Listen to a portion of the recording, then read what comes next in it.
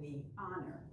As much as we know the story that goes on, it is also a night then we can remember that we human beings, in spite of an easy way to live, loving one another, taking only what we need, nothing more, giving the benefit of the doubt, offering grace and forgiveness, we choose to live broken, distant lives from God.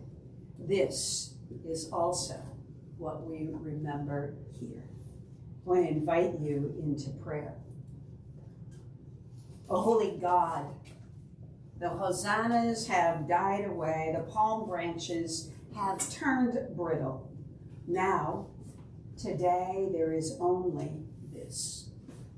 Each of us, all of us, sitting in the darkness, hymns of lament in the air, mumblings of our own feeble confession on this Friday, which we tremble to call God good. What is so good about Good Friday? Amen.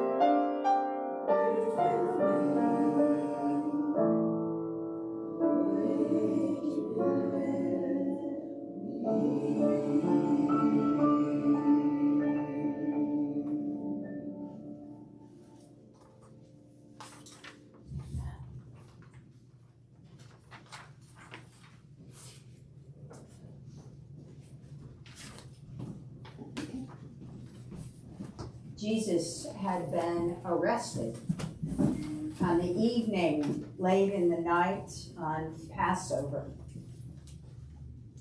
And he had been taken to the high priest's house in a cavernous dungeon to await what would be called a trial and the decision that would be handed down.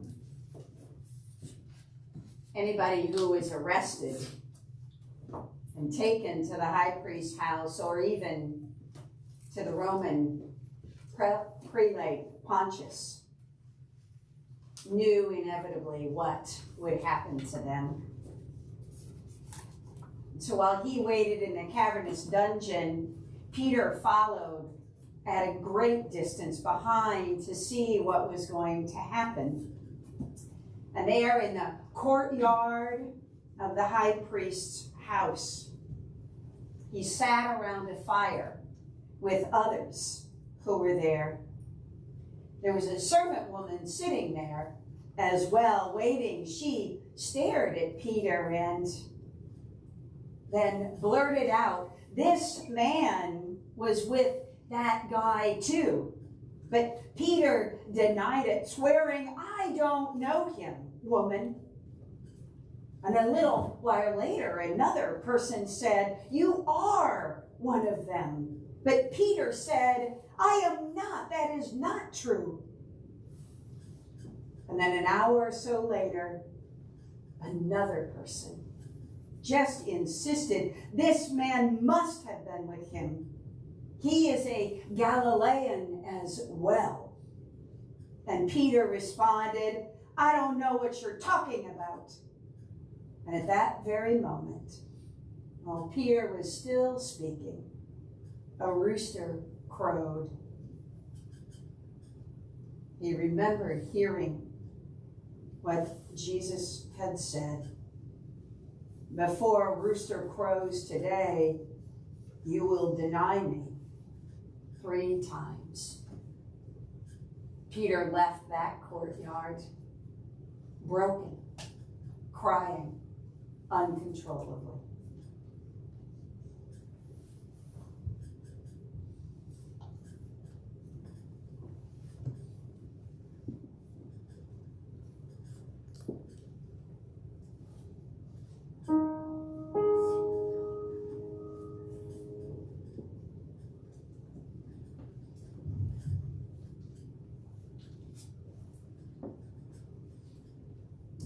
Peter responded just in the midst of that grief, learning that those who were holding Jesus in custody taunted him while they beat him, not an uncommon practice for those who were arrested. They blindfolded Jesus and they asked him repeatedly, "Prophecy, who hit you?" They insulted him.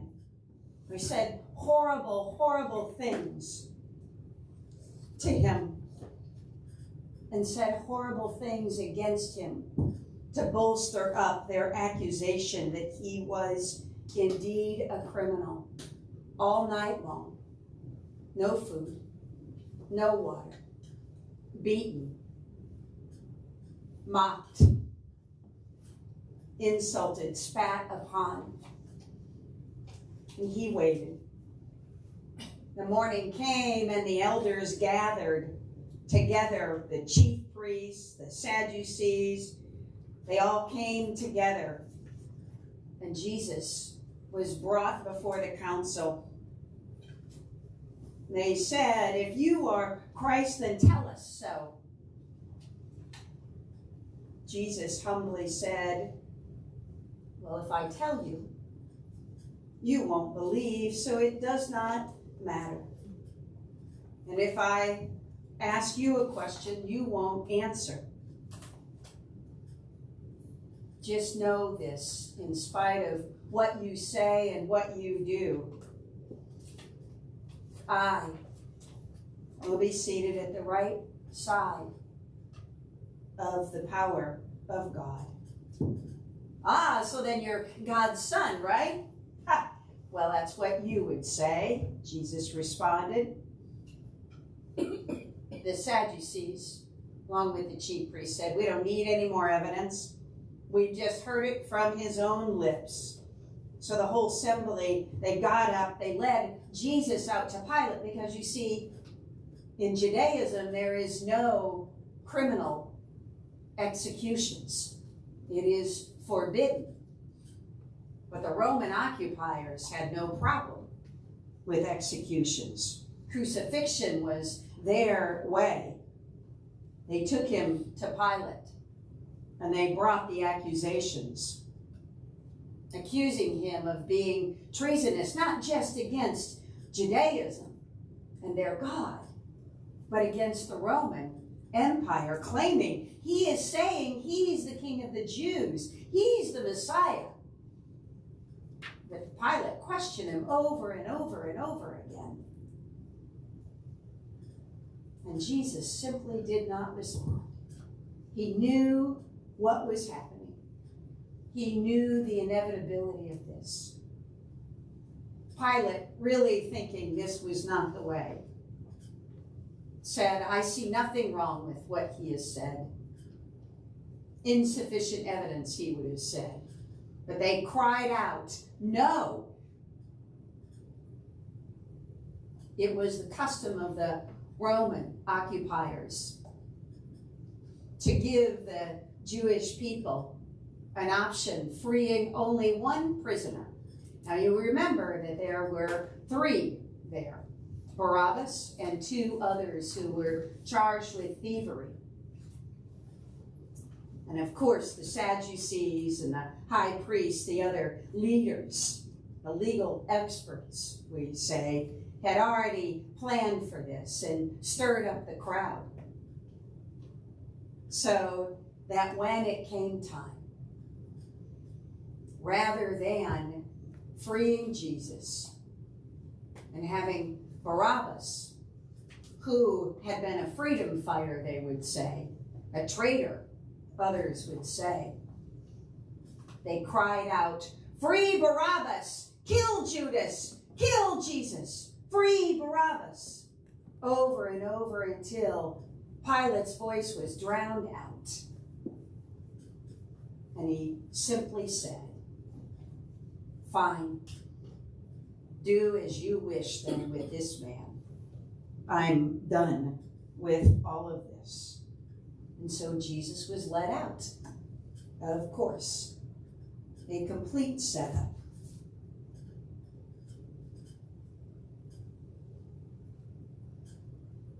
He went out, taken, chained up, and beaten more. His robe taken off because he was scourged. And then in a mock gesture, they found a crown of thorns wrapped up tightly and did not bother putting it gently on Jesus' head, but rather jammed it onto the top of his head, piercing his skin, and blood ran down his face, ran down onto his shoulders, barely able to tolerate the punishment. One of the other great arts of Roman executions was to make the criminals, as they called them, suffer. You see, the execution wasn't the most important thing. It was to make them suffer. It was to make them do a mock walking through the streets. I mean, it was Passover. 100,000 people were there. This was to give witness so that others would not stray from the law, remembering that the Roman Empire was the most powerful in the land. It was also meant to shame and embarrass the criminals' families, that they would be shunned by the community, and to humiliate the criminals. And so Jesus was walked through the streets while people threw things at him and spat on him and mocked him. And the Roman soldiers would shove and push. And when he fell and fell and fell, of course they wouldn't help him up. They wouldn't, the centurions. They brought another Jewish person to further understand that the Roman Empire was the king of all. Jesus reached up to Golgotha, Skull Hill, said in English. He'd been carrying the cross beam, and he was laid down and hammered through his wrists, the nails, to keep him upright. And then they lifted that crossbeam up on to the post that was already in the ground, tied that post up there while he hung in utter agony, and then nailed his feet to either side of the cross through the ankle to hold him in place, with a little bent seat where he could sit until he was exhausted, slowly sliding off, lifting up. An agony, death. The other two on the either side of him, those that they called criminals, thieving, were chatting with each other, mocking. But one was remorseful. One was exhausted. One was fearful. One was afraid. The other mocked Jesus. If you're such a great king, if you're the Messiah, then take yourself down. Hell, bring us down. And Jesus did not say a word.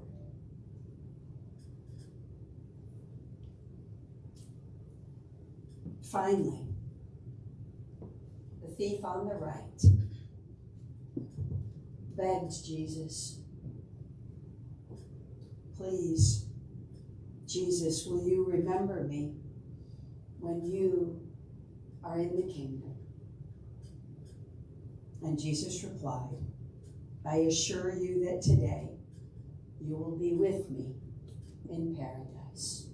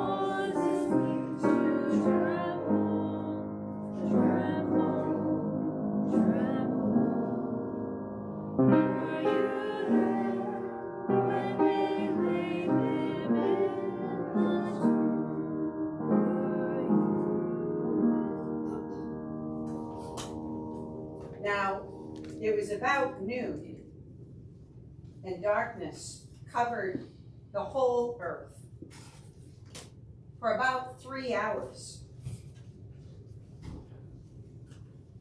while the sun was eclipsed. The curtain in the sanctuary tore down the middle, and crying out loud, Jesus said, Abba, Papa, I give my life into your hands. And after saying this, he breathed his last breath.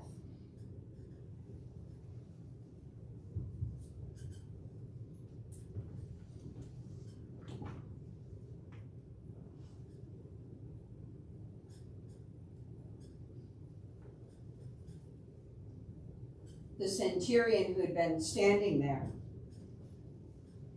saw this, the humble way in which Jesus died. And he praised the Divine One and said, it really is true. This man was indeed a righteous man.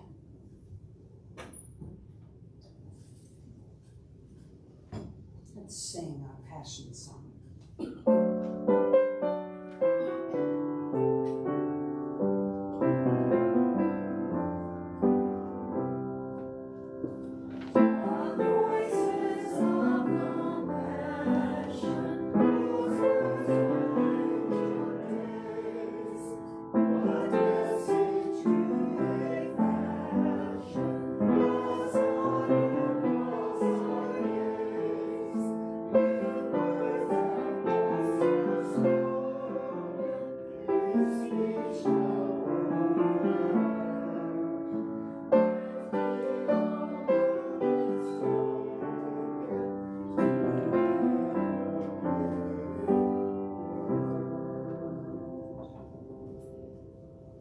Paul wrote once to the Corinthians, his first letter, love bears all things, believes all things, hopes all things, love endures all things. The love we celebrated and celebrate through this Lent, of course, we are reminded is the love that our Lord has for us. Love which led him, as Paul wrote so aptly, love that bared witness, believed, hoped, and endured for us.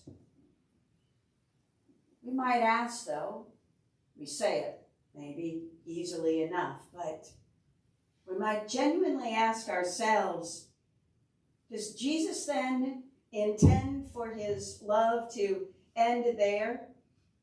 Once it's reached us and we share it with our friends and those we like?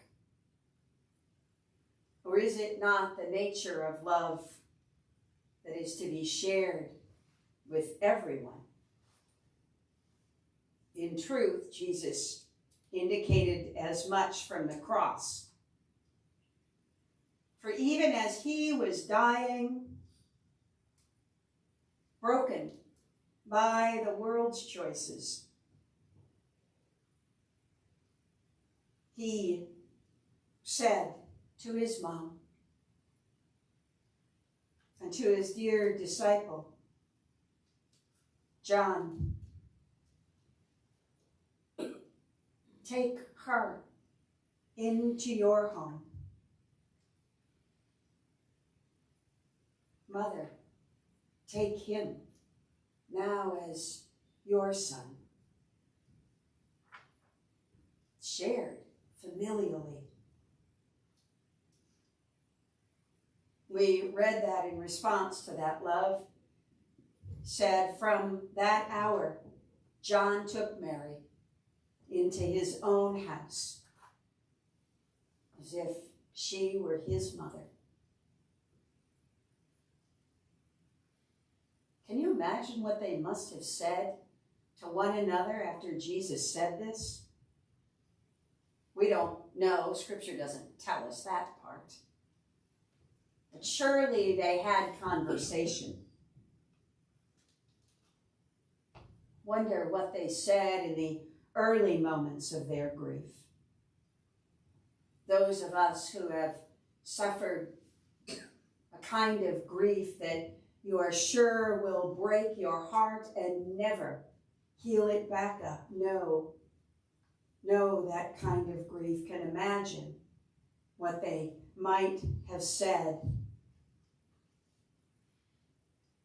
John and Mary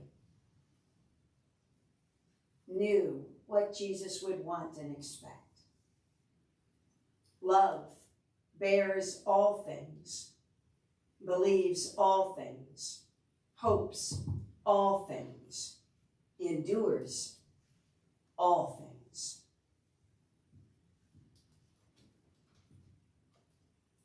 Oh, John, what are we going to do? I don't know. I just don't know. I can't believe this has all really happened. It wasn't supposed to be this way. John, why did God let this happen? I can't answer that. Why couldn't God have done something to change it all, to spare him? He was such a good person, so kind, so loving. He was so there where people needed him. He touched them. He cared for them. He healed them, and he spoke to them. He loved them with that great, wonderful love of his. And this is what he got in return. Why did they hate him when all he did was love them? Why did they oppose him so? Why did they do this to him, John? Why did my son have to die? Maybe it was our fault. We should have asserted ourselves. We should have fought. We should have taken swords or spears or clubs, even our bare fists. We should have defended him. Do you think that's the way he would have wanted it? No. Peter tried it last night in the garden. Good old Peter. He tried at least. He was the only one who drew a sword and tried to defend him. And what happened? Jesus told him to put his sword away, that this wasn't the time for swords. A sword will pierce through your soul. Pardon? Oh, nothing. I was just remembering a long time ago. An old man in the temple spoke to me about a sword when Jesus was just a baby. A sword will pierce through your soul, he said. Maybe we could have prevented that. We should have fought. All of us, any of us. What did we do when he needed us? We all ran away. You didn't, John. You were there to the very end. But what good did that do? All I did was stand and watch. Just watch it happen. The agony, the suffering, the indignity. All I could do was witness his death. Perhaps that was important, John. Important? How? That I'm able to tell the rest of them? He died. He really died. I saw him, and he's really dead. I think it was important to him that you were there, John. I know it was important to me. I'm sorry.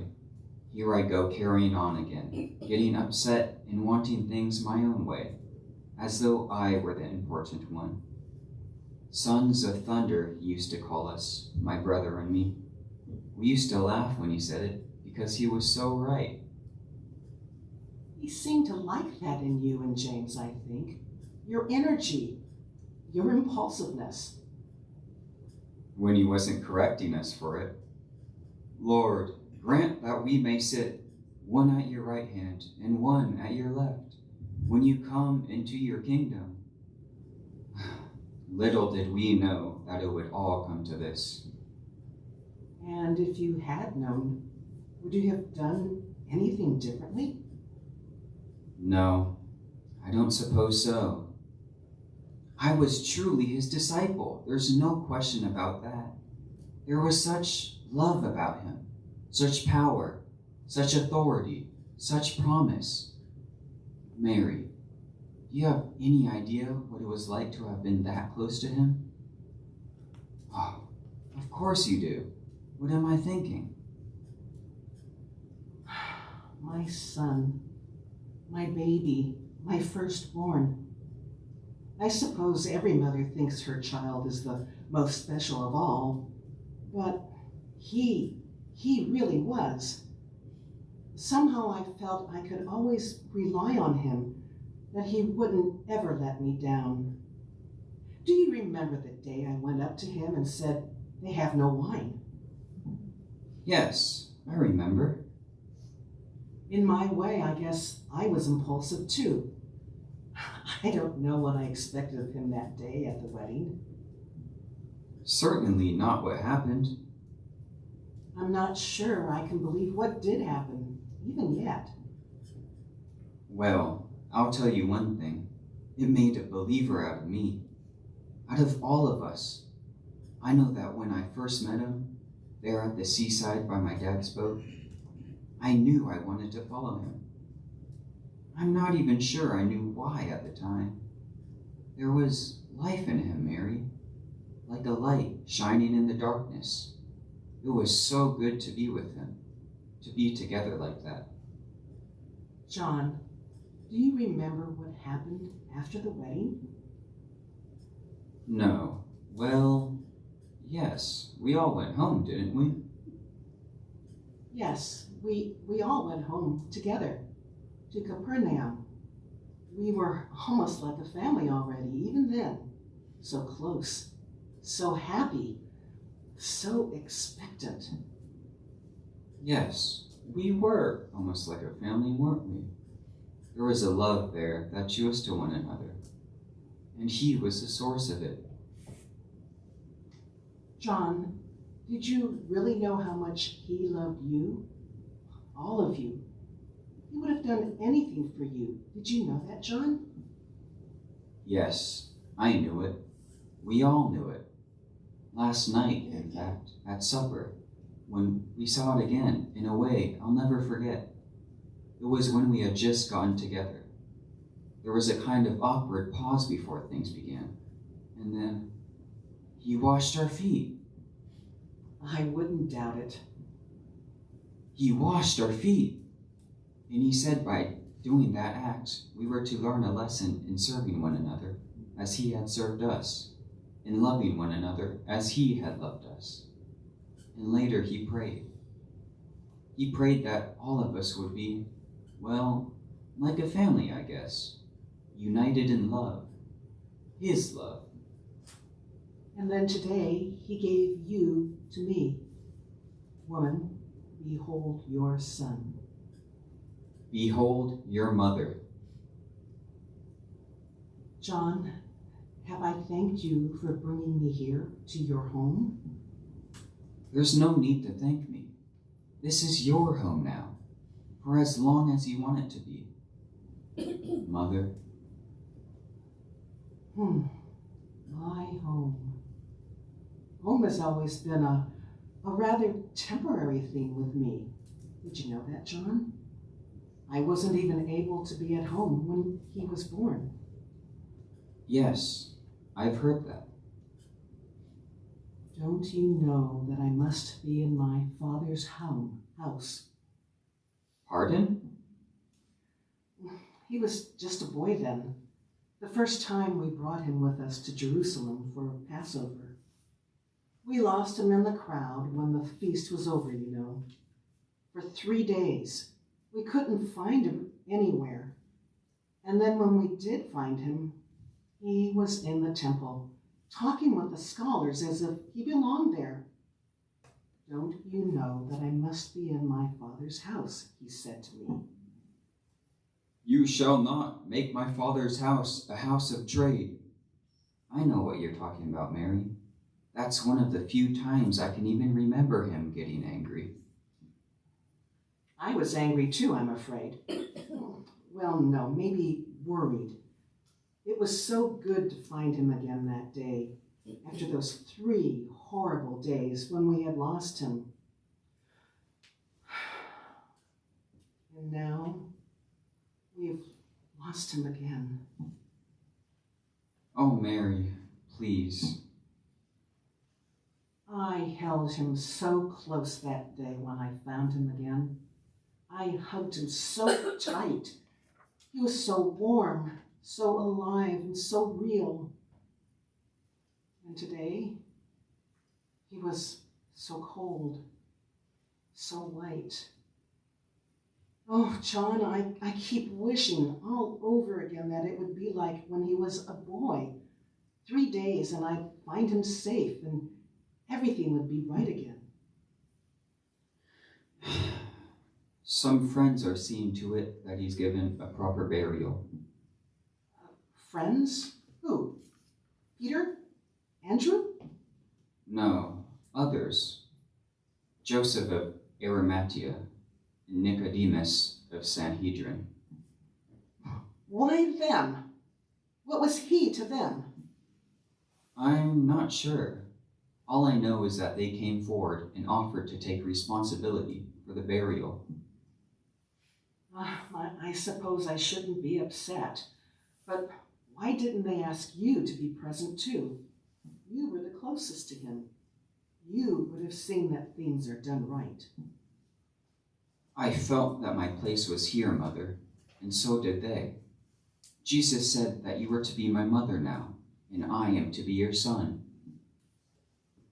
Well, then, my son, if we are to be a family, I suppose it is only right that the mother gets a meal on the table. Oh, Mary, that's not necessary. But the sun is setting, and it is now the Sabbath, John. And on the Sabbath, it is a mother's duty to set the table, to light the lamps, to see my loved ones gathered around for rest from their labors. Besides, this is the Sabbath of Passover, a most holy evening. It is appropriate at Passover for the youngest son to ask the question, my son. Question? Why is this night so different from all other nights? Why is this night so different from all other nights? This is the night when God acted to save his people from their bondage. The night when the angel of death passed over the homes of those whose doors were spread with the blood of the Lamb. The night of the death of the firstborn son. How anxious I have been to celebrate this Passover with you, he said last night. Last night? Was it really only last night? It seems as if an eternity has gone by since then, as if the whole world were moving in a different direction.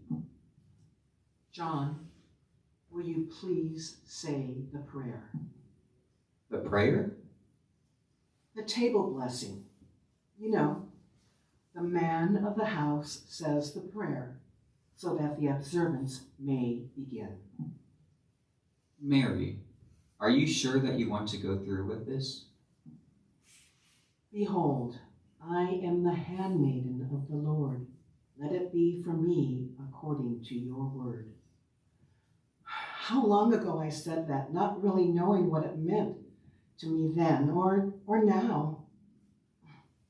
John, please, the prayer. Blessed are you, O Lord our God, King of the universe. For you, oh Mary, I can't. Please, my son. He would have wanted it that way. for you bring forth from the earth.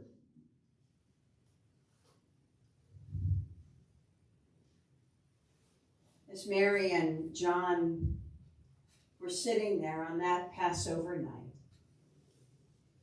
of course, they had no idea that another 3 days would pass. How quickly that prayer would be answered in Jesus' resurrection, or how literally that Jesus would indeed be brought forth from the earth, as God's people have prayed for centuries. Mary and John's grief and confusion would turn to joy just as Jesus had promised. Their faith to fruition, their hope to fulfillment with the dawning of what we call Easter. Just barely 3 days. In the midst of our own sorrows, whatever they may be, we share that with Mary and John. Faith and hope that look forward, even beyond the tragedy of death, trusting in being united in love. Love. That always goes with everything else. Remember, Paul said this? So faith, hope, love abide, these three, but the greatest of these is love. In Mary and John's case, it was love that gave substance to their faith and to their hope.